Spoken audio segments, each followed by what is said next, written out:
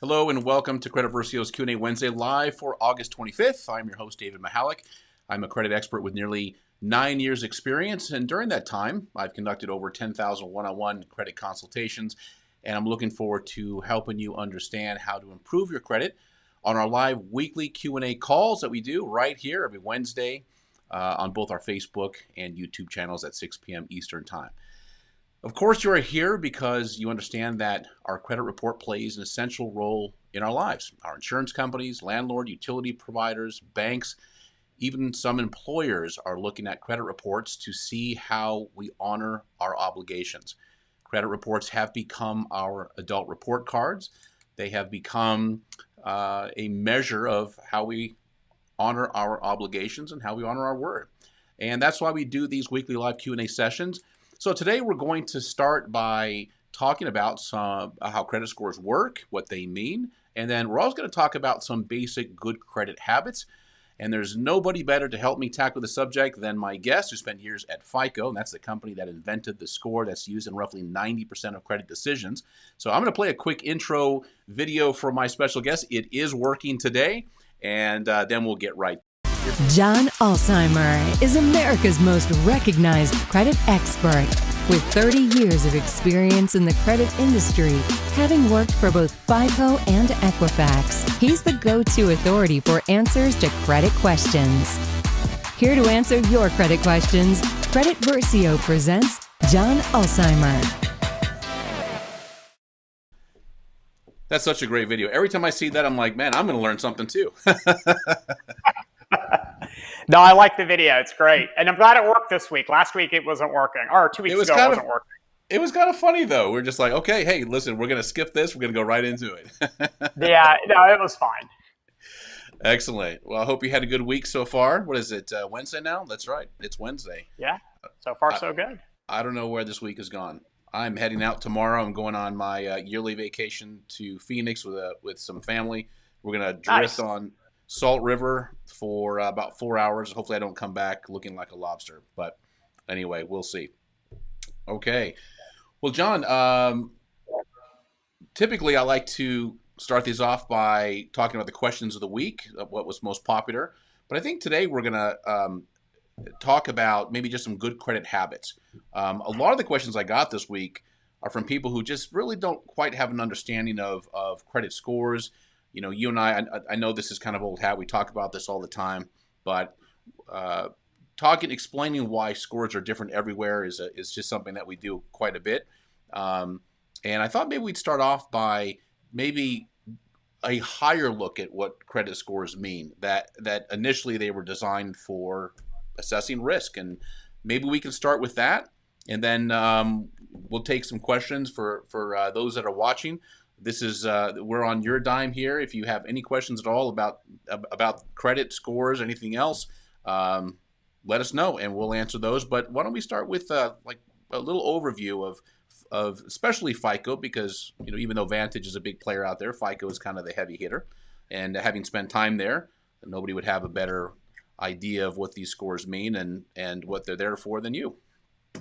Sure. So all credit scoring systems have what's called a performance definition. And the performance definition of a scoring model is the stated design objective of the actual score.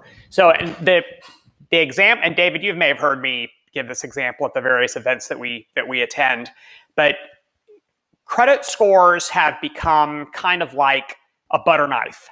So when you see a flathead screw that you need to unscrew or make a little bit tighter, some people will go and grab a flathead screwdriver. Some people will grab a butter knife, because you can use a butter knife to screw and unscrew a flathead screw. You can also use a butter knife to cut a steak, even though that's not really what it was intended for.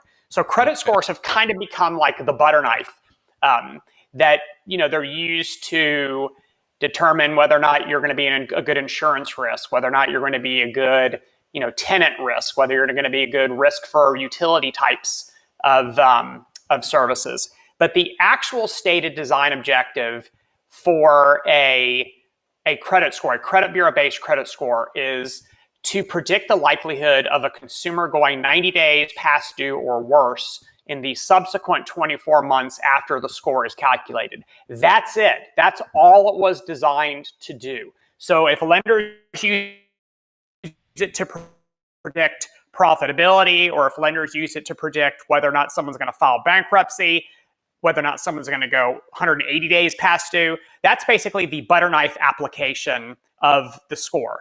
And VantageScore's design objective is the same, 90 days past due in the subsequent 24 months. On any obligation, not particularly on an obligation that you've applied for and has resulted in a lender accessing a credit report and accessing a score.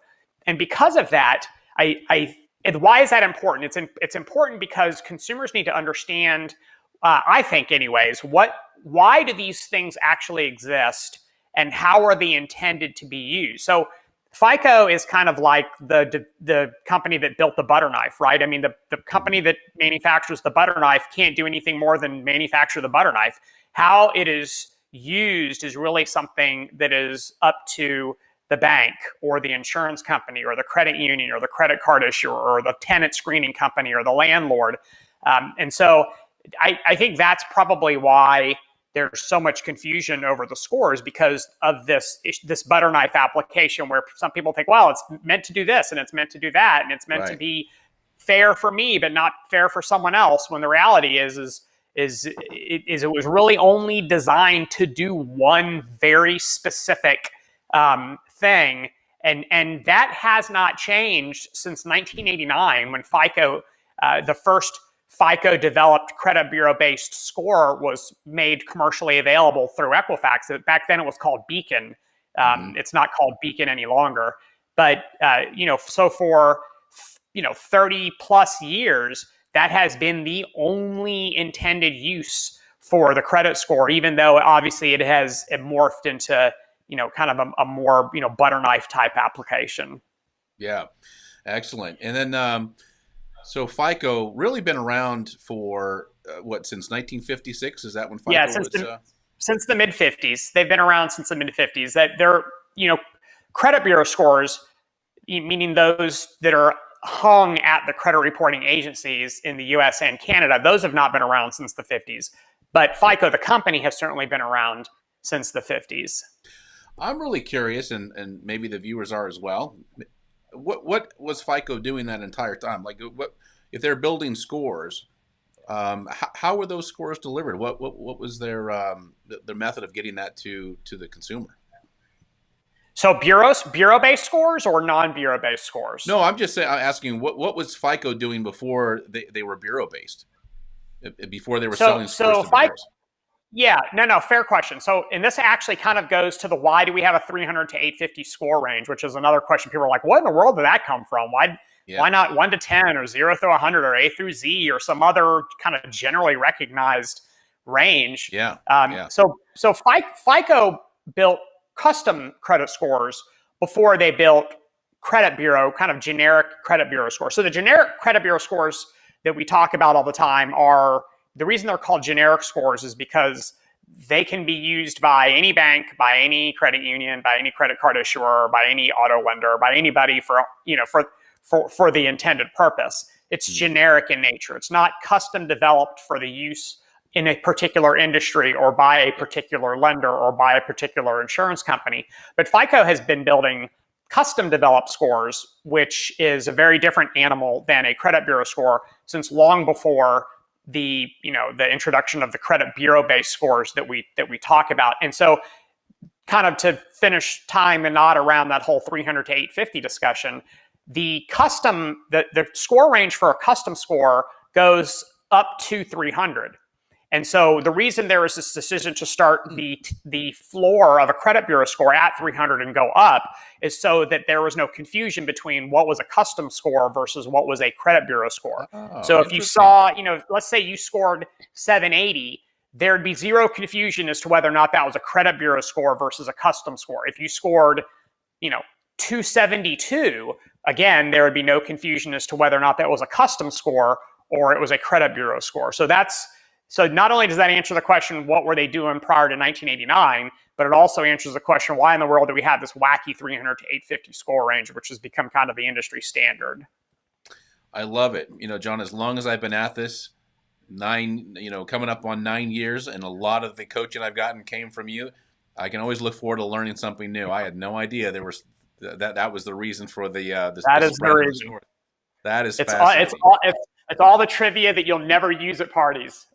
Oh, I'll figure out a way to use it. I might be in the nerd in the room, but I'm like, hey, by the way, everybody, Any of you know why? And people will be I like, want you to "Gina, stop what you're doing right now. this guy?" The life of the party is about to talk about obscure credit score information. Well, cool. Let's dive into some.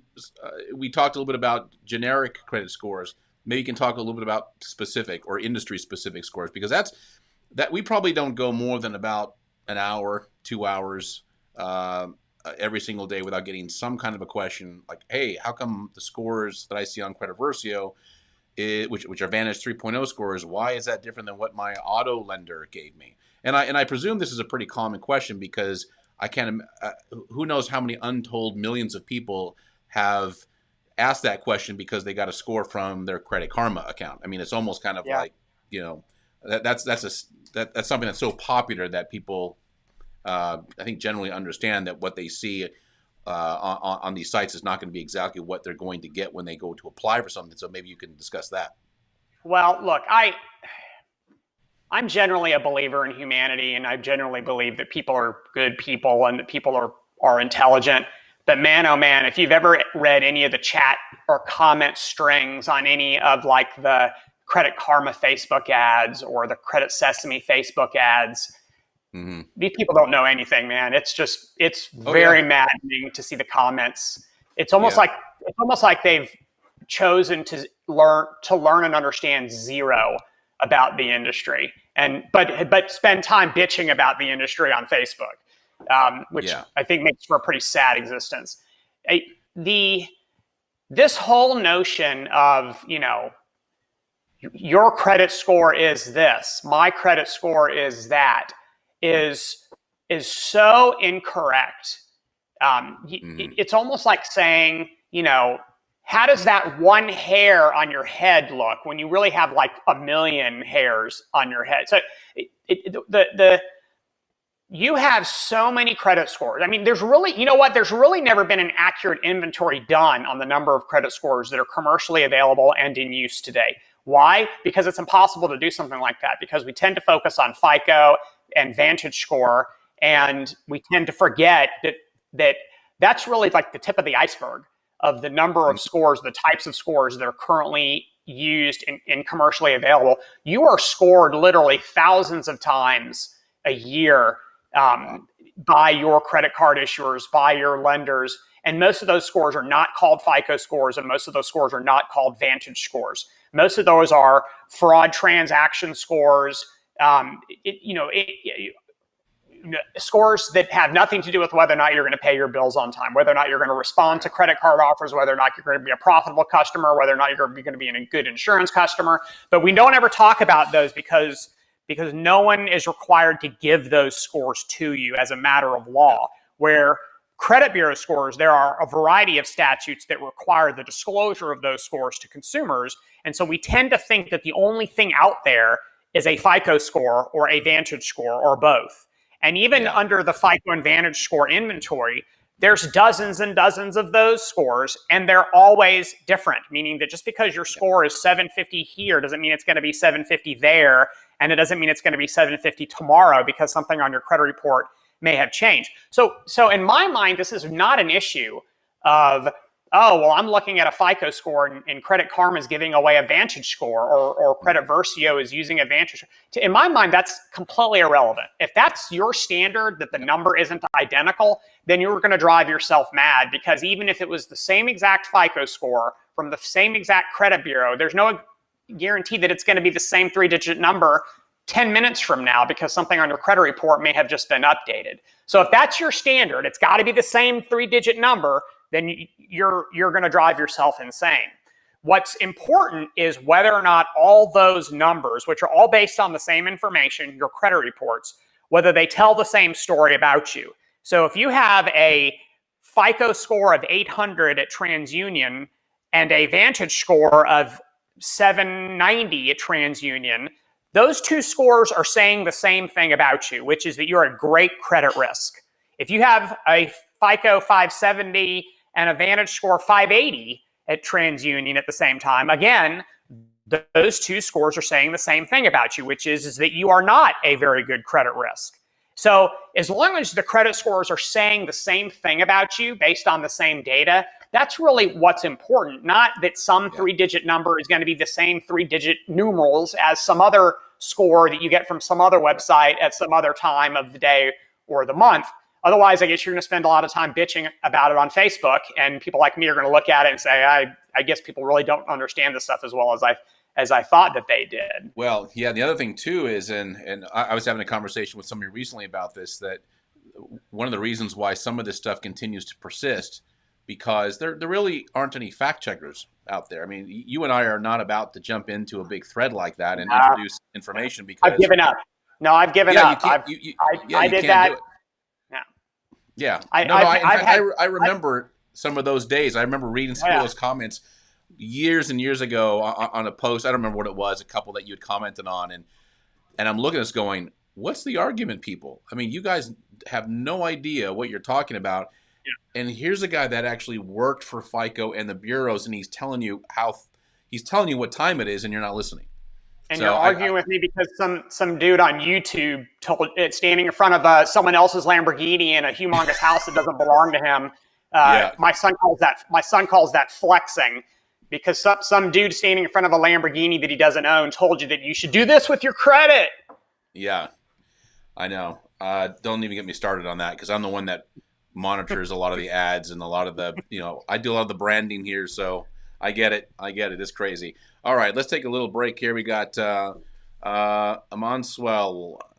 Number one, should I get my Lexus Nexus and clean up this report as well?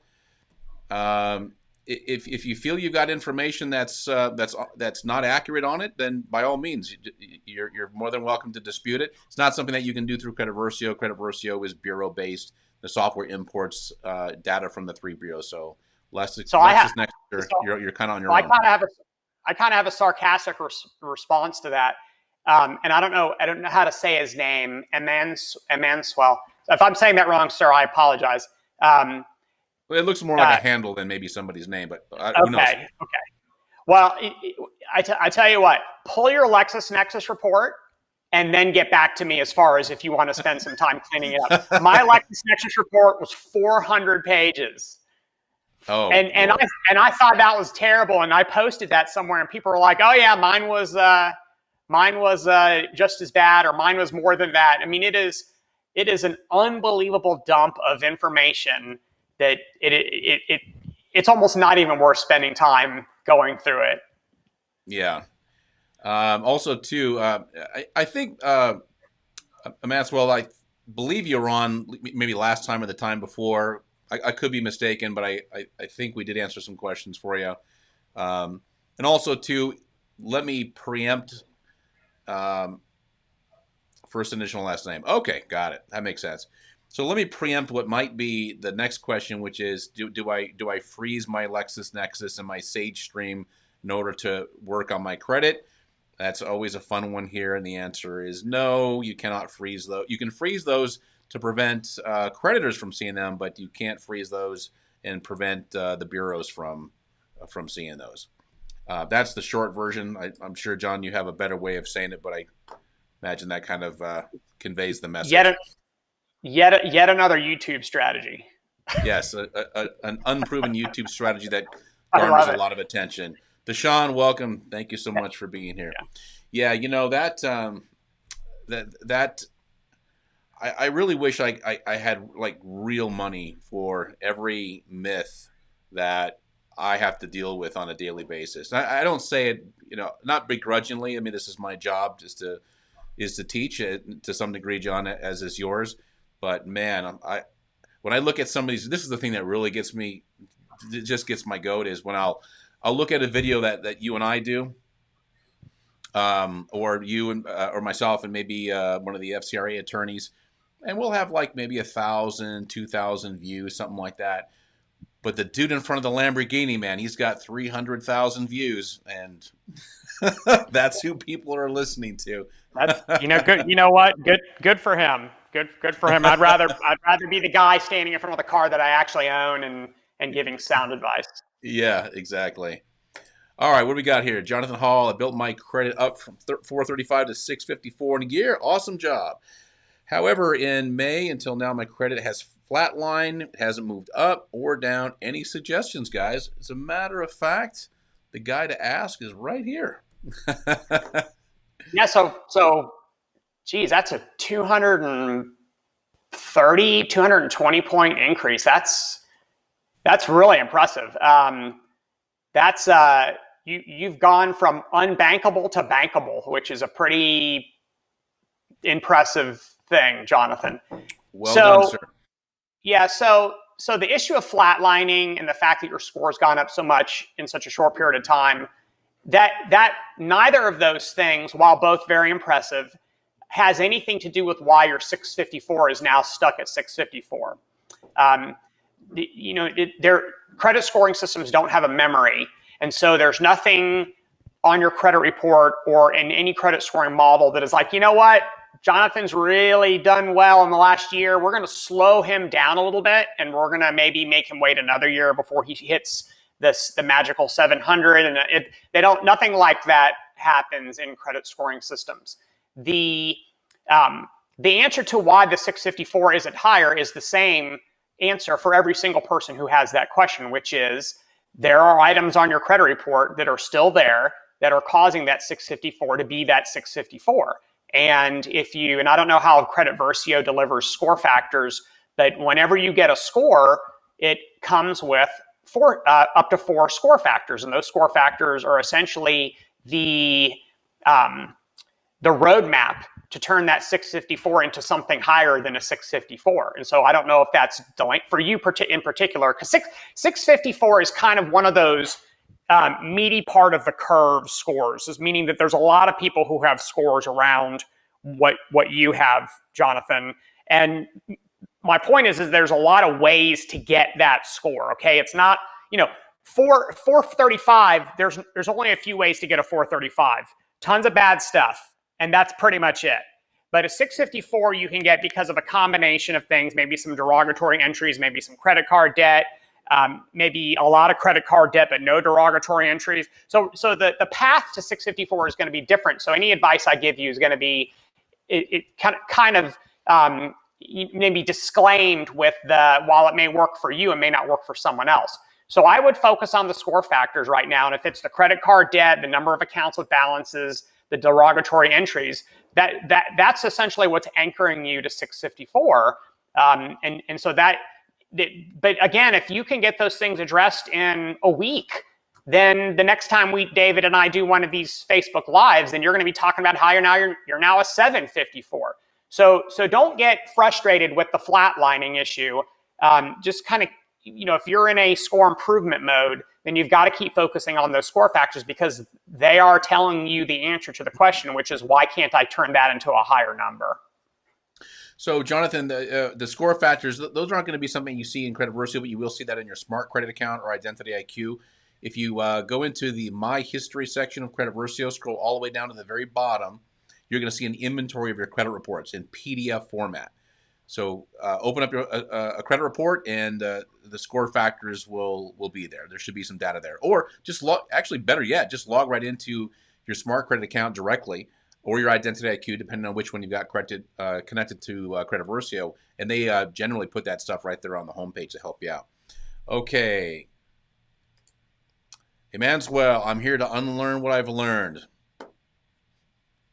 I think that's a Yoda quote. You must unlearn what you've learned. Is that right? I'm not completely up on my Star Wars lingo, so correct me if I'm wrong. All right, Judy. My first live and watching older lives. Great info, thanks. Very good. I'm glad that you're here live. Shoot a question our way if you've got one. That's what we're here for. Deshaun has got a 2-part question, John. I think you can, if you want to handle the first part of it, I can handle the back, the last sentence. But the question is, why is that if you pay off a collection, whether it be paid in full or by settlement, it continues to be reported? So John will tackle that one, and I'll take the could it be disputed. Yeah, so Deshaun, I'm going to tackle the first part of it. There's a lot of meat on this bone. So let me go through. First off, if it is a medical collection and the medical collection has been paid or is being paid by an insurance company or an insurance policy, then the collection agency is required to delete it. So there is a scenario there where a valid deletion must occur. If it is a non-medical collection, so like a broken apartment lease or defaulted credit card or something other than a medical debt, then once the collection has been paid or settled, there is not a requirement to delete it. In fact, the Credit Reporting Standards Manual, which is 350 pages of really boring reading, includes multiple referrals in the debt collection standards portion that instructs debt collectors to not delete non-medical collections just because they have been paid. So the answer to the why isn't it deleted is because the credit reporting agencies, the standards that are shared with the debt collection industry, the standards are don't delete it. So that's the answer to the question as to why it stays on the credit report. Now there's a lot of news about collections that, collections aren't the same animal that they were 10 years ago.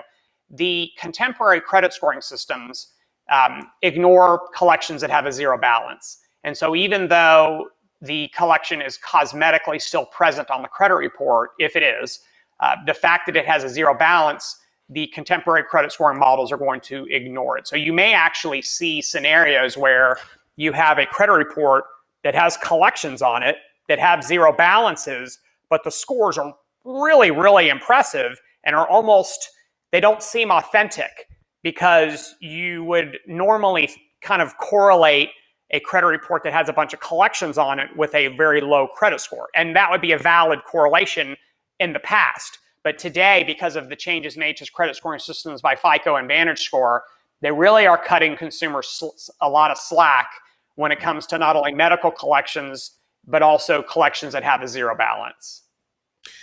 And to finish up with that, Deshaun, just to explain that there's a separation anytime John and I do calls. John is a credit expert, not on the credit repair side, where I kind of do really more towards the credit repair and consultation side. But can you dispute it? Sure. I mean, Credit Versio will guide you through the process. Dispute it. Keep your fingers crossed. Maybe you'll get it deleted for various reasons. But one thing too, John, that kind of goes back earlier into what you're talking about. Why are scores what they are? A lot of it is to assess risk.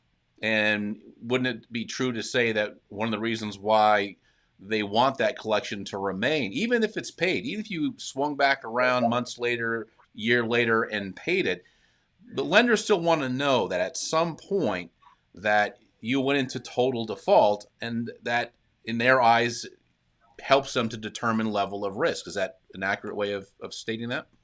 Yeah, and I think I think it's pretty well known that the credit report is under assault right now.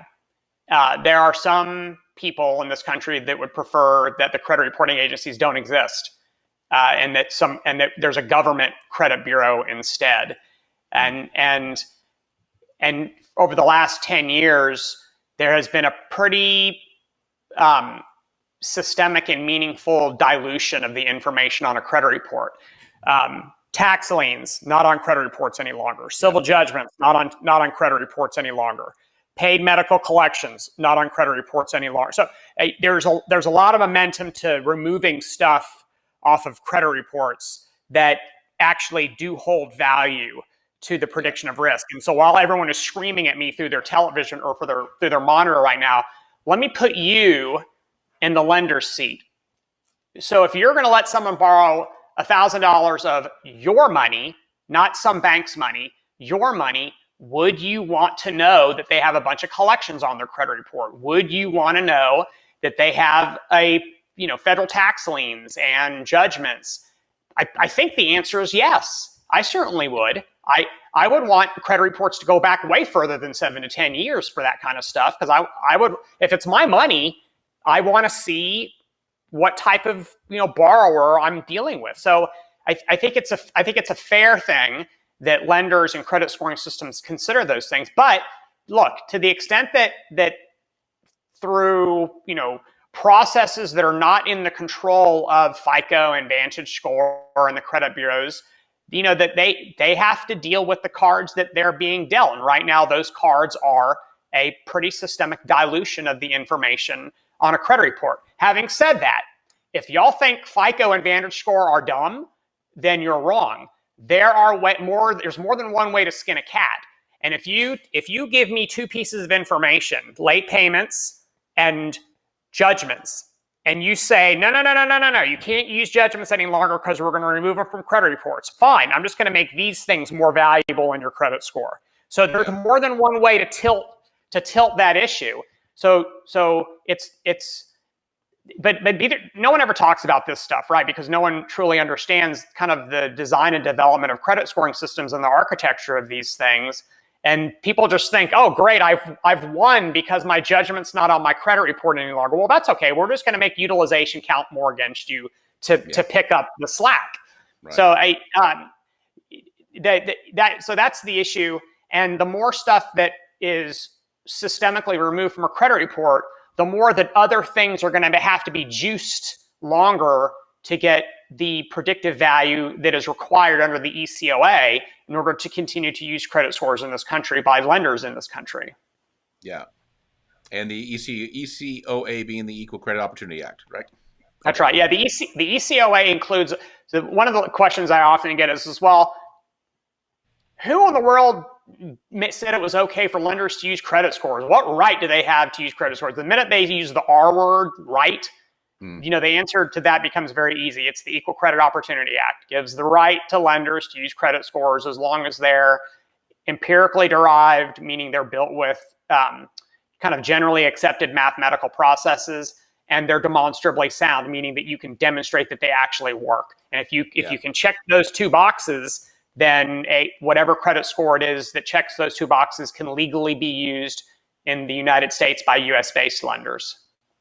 Deshaun, real talk here. I mean, we're going to tell you how it is when it comes to stuff on the credit report, and I hope you appreciate it. Jonathan, that's why I purchased Credit Versio. Thanks, guys. Just completed round 1 today. Awesome job. Judy C., okay, I do have a question. You don't think that is really his Lambo? Who's his? I didn't realize there was actually a real person. I guess there is a guy out there. I think we're speaking in general terms, but I think Facebook's loaded with people standing in front of Lamborghinis. Yeah, there might be some Rolls Royce in there and some Maybachs just to shake things up a little bit. I think there's some people on there, Judy, who are very creative with their marketing and maybe a little flexible with their morals. Okay, let's see. How about a charge off sold to a debt buyer? Will that still affect a credit report negatively? It certainly can. So if the debt buyer, so first off, you have the original creditor, who's the credit card issuer, I'm assuming it's a credit card issuer. It could be any kind of lender that's charged off a debt. But certainly if the lender's, the original account with the original creditor who is reporting it as a charge off, certainly that can remain even if they sell the defaulted debt to a debt buyer. The debt buyer will likely have some sort of a collection agency partnership, or maybe even an in-house debt collector to then attempt to collect that debt that they now own. So they are now the new creditor.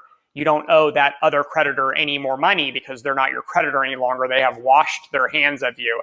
But certainly debt that has been purchased by a debt buyer can be reported to the credit reporting agencies, but obviously it has to be accurate, and it has to follow the rules as far as accuracy goes. Excellent. Deshaun with a question. If you have a late payment against you and it is written saying it was 30 days late, but you paid it and it was 25 days late, is there anything you can do about it? Yeah, so Deshaun, you've got an interesting question there. And I'm not sure if this is kind of a commonly known, it's not a secret, but I'm not sure how commonly known it is. But in credit reporting, there's no such thing as 0 to 29 days delinquent. There is no method for a creditor to report you as being 0 to 29 days late. That's called a current account. So you actually have to go a full 30 days past the due date in order for a creditor to report you as being late to the credit bureaus. And that first delinquency, that lowest level delinquency that a creditor can report, technically indicates that you're 30 to 59 days delinquent, okay?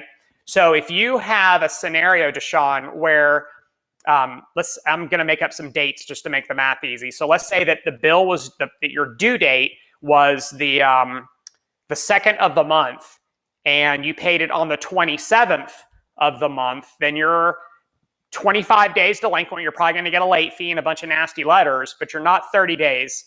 You're not a full 30 days delinquent. And so there's no systemic method for that creditor to accurately report that to the credit bureaus, because if they do, then at the very least, it's going to indicate that it was 30 to 59 days due, which from your scenario, sir, seems like that would be incorrect. Yeah, so I think what might help you, Deshaun, is maybe if you've got a canceled check or something that shows that it was cashed within that time, I would include that in a dispute. Okay, Judy's following up. I paid the buyer, by the way. Do you mean the debt buyer? Yeah, we were just talking about. I think maybe debt buyer. Yeah, that's fine. Okay. I mean, that's fine. If it was a medical debt, then you may be able to get it removed with a zero balance, even though you paid it. So technically, removal of those medical collections is if the insurance company is paying it, not if it's paid by the consumer. But still, the fact that it's got a zero balance, again, in all the contemporary credit scoring systems which have critical mass today, that collection is essentially being ignored, even though it may cosmetically still be on your credit report. Yeah, unlikely it's medical if it's originally a charge off with the original creditor. Yeah. Okay. Excellent. Again, feel free to fire off any questions if you have them. I think we're going to come down to the end of this here in a couple of minutes. Deshaun, I have Credit Versio and appreciate it. Hey, welcome. Glad you got Credit Versio and glad you're here. On contemporary, maybe John, you can talk a little bit about contemporary scoring models, because I think there's probably going to be some confusion around what is contemporary and what's not a contemporary scoring model. Sure. So this is an iPhone, and every few years a new one of these comes out, and it replaces something like this. And but there's no requirement to buy the new version of this. I can continue to use this thing until the battery stops charging, or the apps are no longer supported by the operating system on this phone. And then I can still continue to use it, but it's just not going to function as well as it would if I were to go buy a brand new one of these things. So pretend like I'm holding up a credit scoring model instead of an iPhone, and it's really the same thing. Credit scoring systems are rebuilt every few years to incorporate fresher samples of credit report data, changes in consumer behaviors, and improvements in the modeling technology, like artificial intelligence, things like that, neural networks that score developers use. And so every few years, FICO comes out with a new version of their score. So in December of 2020, FICO 10 became commercially available. And we now are on Vantage Score 4, which means there was a 1, a 2, and a 3. So every few years, a new one of these models comes out, and it doesn't necessarily replace all of the prior versions, but at least it's out there and it's something that's available for the industry to move to if they choose to do so. So what I call contemporary FICO scores would be anything FICO 8 and newer. So FICO 8, FICO 9, and now FICO 10. So I would call those the contemporary FICO score generations, because they're the ones that are going to have a lot of the cool, the cool options that don't exist in some of the older scoring systems. So this, the consideration of utility accounts, the consideration of rent, ignoring paid collections. The older credit scoring systems don't do any of that stuff. The newer scoring systems, so FICO 8 and newer, and are the ones that in Vantage Score 3 and newer are the ones that are going to have all those cool features and functions. And those are the ones that really have critical mass of users, except for the mortgage industry. Mortgage industry, because of FHFA, is required to use really, really old scoring systems, FICO 2, FICO 5, and I think FICO 4, depending on the bureau. And those do not have all of those cool features: rent, utilities, ignoring $0 collections. So just, that's something to keep in mind. It doesn't really change your practices, but you should just be aware that when you go to apply for a mortgage, that your scores are going to be very different than if you go to apply for an auto loan or a credit card, because they're just not using the same. They all have the same brand on it, FICO or Vantage Score, but It's definitely not going to be the same generation that you're that across kind of like the landscape of lenders. That's yet another reason why the numbers are different, and yet another reason why people get so angry, because they think that just because the score that they got from their mortgage lender is different than the one that they got from their auto lender, you're using completely different scoring systems, even though they may have the same brand name on them. Yeah. One of the things I tell people frequently when they're going through like credit Versio, or they're just trying to rebuild their credit, is if you really want to see the spread of the scores that are likely to be used in a lending decision, go to myfico.com. And I mean, you have to spend a little bit of money on it. MyFICO is probably one of the more expensive places to get your credit report and scores. But if you want an accurate assessment of what the score might be in a lending situation, then that's probably a good place to go. David, have you seen how many, and this is kind of a rhetorical question, have you seen how many scores you can buy on the FICO website? It's been a long time since I've been there. I don't remember. So I think it's about, I want to say it's a dozen plus, maybe more scores. Mm-hmm.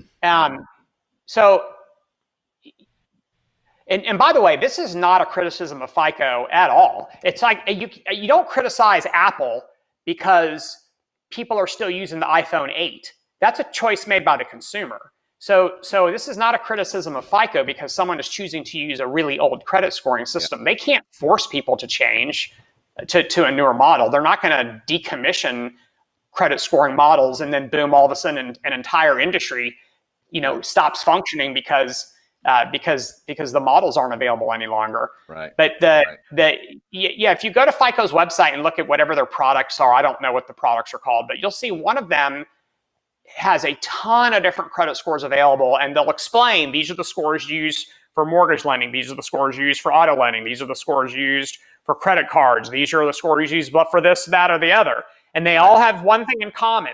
They're all FICO scores, but they're not going to be the same number. Right. Yeah, definitely adds to the confusion. Okay, what are we at now? Okay, so let's take Eric's as oh boy. John, I can already see the veins popping in your forehead talking about this subject right here. And I think maybe we'll end with this unless somebody else has got a last minute question. Okay, question is, what do you think the chances are of the CFPB taking over the bureaus? And if you think it will happen, how long do you think it will take? So Eric, I've now given the answer to this question about 100 times, and that's my point is that you're asking it at a good time because I've now got a well-honed answer. If you would have asked me this question 6 months ago, I would have had a very different answer.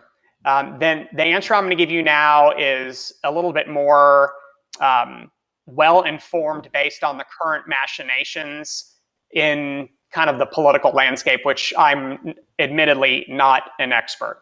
So the CFPB was never going to take over the existing credit bureaus. That was never, so Joe Biden campaigned on this issue of essentially creating a public credit bureau option that would be housed under the CFPB or housed at the CFPB. But it was never the CFPB is going to take over the credit bureaus. They're not, so that would almost be like what happened in Cuba when Castro took over, where they just nationalized everything and basically said, well, this is all ours now. So that's not what Joe Biden campaigned on. He campaigned on kind of creating another option and then having that option be housed under the CFPB. I think that before the end of the year, you're going to see bills proposed that include language regarding a public credit bureau option, and I think that those are going to fail. And so I think that the chances of that actually happening as of now anyways, and of course you know how things can change in Washington, I think as of now the chances of that actually happening are not as good as they were maybe 6 months ago or a little bit longer than 6 months ago. And I think that's great. I will go toe-to-toe on the mat with anybody who tries to say that the credit bureaus are the problem in the credit industry. It is just factually inaccurate. The percentage of credit reports that contain meaningful errors is really, really small. Is really, really small. And it's normally caused by some other company that's sending them incorrect information. And so I think replacing one warehouse with another warehouse so you can stick more incorrect information into it doesn't solve the problem. It just changes the warehouse. And so thankfully, I think that the industry has done a really good job of kind of maybe informing decision makers with the downside of doing this. And so hopefully, that this too shall pass, and we won't be having this discussion of public credit bureau options any longer. I don't know. Name one thing that the government has taken over that they do better than the private sector. I mean, name it, right? I mean, you tell me. I mean, I'm all ears. So, and to suggest that something as complex as a credit bureau database with literally billions and billions of pieces of information furnished by 11,000 different 11,000 different companies on a monthly basis for over 230 million consumers, this is not making a pizza, right? Mistakes are going to happen, which is why we have the Fair Credit Reporting Act and why Credit Versio exists, frankly. If credit reports were all perfect, then there would be no FCRA, there would be no need for it, and there would be no Credit Versio because you wouldn't have to worry about stuff on your credit reports with which you disagree. So that's my better and long-winded answer to the question. And you delivered that one stress-free for the first time. So it sounds like you've had a moment to really process your answer for this one. Excellent. Okay, Eric's got a final comment here. Yeah, I don't want the government deciding. I agree 100% with you.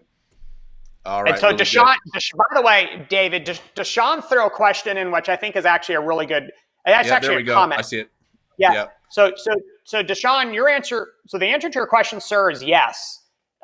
Yes, pretty much everything dealing with a mortgage loan will be used, is going to be used on an older model. And that's not because of the mortgage lender or the mortgage broker. That's because of the FHFA, which is, by the way, an arm of the federal government. And so, yes, people are going to, high risk consumers are going to score lower for mortgage applications than they would under the newer scoring systems, or excuse me, low risk mortgage borrowers are going to score worse for mortgage applications than they would for any other type of credit application. And that's because of FHFA forcing the mortgage industry to use. One of the models was built off of data that prior to the turn of the century, if that gives you any indication of just how old what I'm talking about here. I'm not talking about stuff that was from 2 years ago. I'm talking about stuff that was from the last century. So it's a bigger deal, and I can't believe that consumer advocates who love to dislike the credit industry, I just can't believe they aren't more vocal about that issue. Well, you saw that as of a week or two ago, that they're going to now consider rental history, whether it's supplied in some method to the credit report directly, or if the mortgage brokers or underwriters themselves are going to have some method of providing that information to factor that into the score. I mean, it's a step in the right direction. Well, guess what? If you would just update your scores to the scores that are to the scores that are 3 generations old versus the scores that are 5 generations old, those consider rent. Yeah. Those consider rental trade. So if you would use the score that was built in 2009 instead of the one that was built in 2001, then you wouldn't have to essentially whatever, I don't know what the word is to describe what Fannie and Freddie are doing with respect to rent. You wouldn't have to patch the system because the scoring system that you're using already considers rent in the scoring process. So you don't need to patch Desktop Underwriter and Loan Prospector just to consider rent. Just update the scoring model that you're using, and boom, voila, the problem has been solved for you. But that'd be too easy, John. That would just be too easy. We're talking about FHFA. Which is, again, an arm of the federal government. So again, show me a process where they do something better than the private sector. No credit card issuer uses those scores. None. No auto lender uses those scores. None. It's just mortgage, and it's because of FHFA. Exactly. And they hate it when I point it out, but it's not like, it's verifiable. It's not like it's hard to figure this stuff out. John, let's close with one. Except normally I would let this one pass because we're about the 52-minute mark, but it's Mike. Mike is back, one of our regulars. So, John, are you against someone trying to repair their credit? Is that a deposition question? Can you show me in my transcript? Can the court reporter read back where I said that, please? All right. So, everybody, thank you so much for joining me today. John, thank you for answering the questions. And so I know a lot of people watch this in the replay. And if you have any questions on the replay, please post them. I'm happy to answer them for you. And we look forward to doing this again next week. And John will be with us again 2 weeks from now. Thank you so much, everybody. John, thank you so much for coming today. Great Q&A. Man, this went fast today. All right. Just like it does every time. I know, man. All right. All right. Y'all have a good one. Take care. Bye-bye.